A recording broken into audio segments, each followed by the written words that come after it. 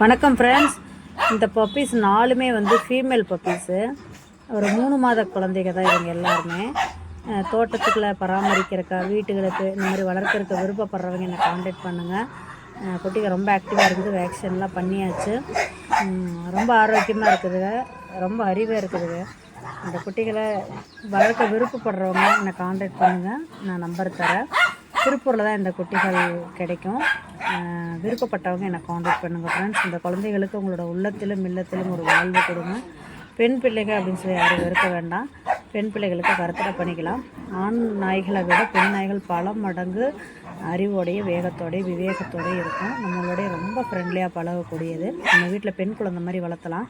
அதுலேயும் பார்த்துட்டிங்கன்னா இந்த பப்பி பாருங்கள், பசி டைம் ஆகி போச்சு போல இருக்குது. தட்டில் போய் சாப்பாடு தேடி பார்த்துச்சு.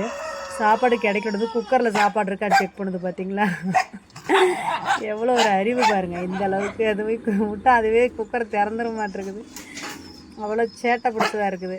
அவ்வளோ அறிவான பிள்ளைகள். நம்ம வீட்டையும் நம்ம குடும்பத்தையும் மகிழ்ச்சியோடு வச்சுருக்கோம். எப்பயுமே இந்த பிள்ளைகளுக்கு நம்ம சாப்பாடு வைக்கும் போது இந்த பிள்ளைகள் நம்மளை வாழ்த்திக்கிட்டே இருக்கோம். இந்த பைரவருடைய வாழ்த்துதல் நமக்கு வேணும்னா கண்டிப்பாக அடாப்ஷன் பண்ணுங்கள் ஃப்ரெண்ட்ஸ். தேங்க்யூ.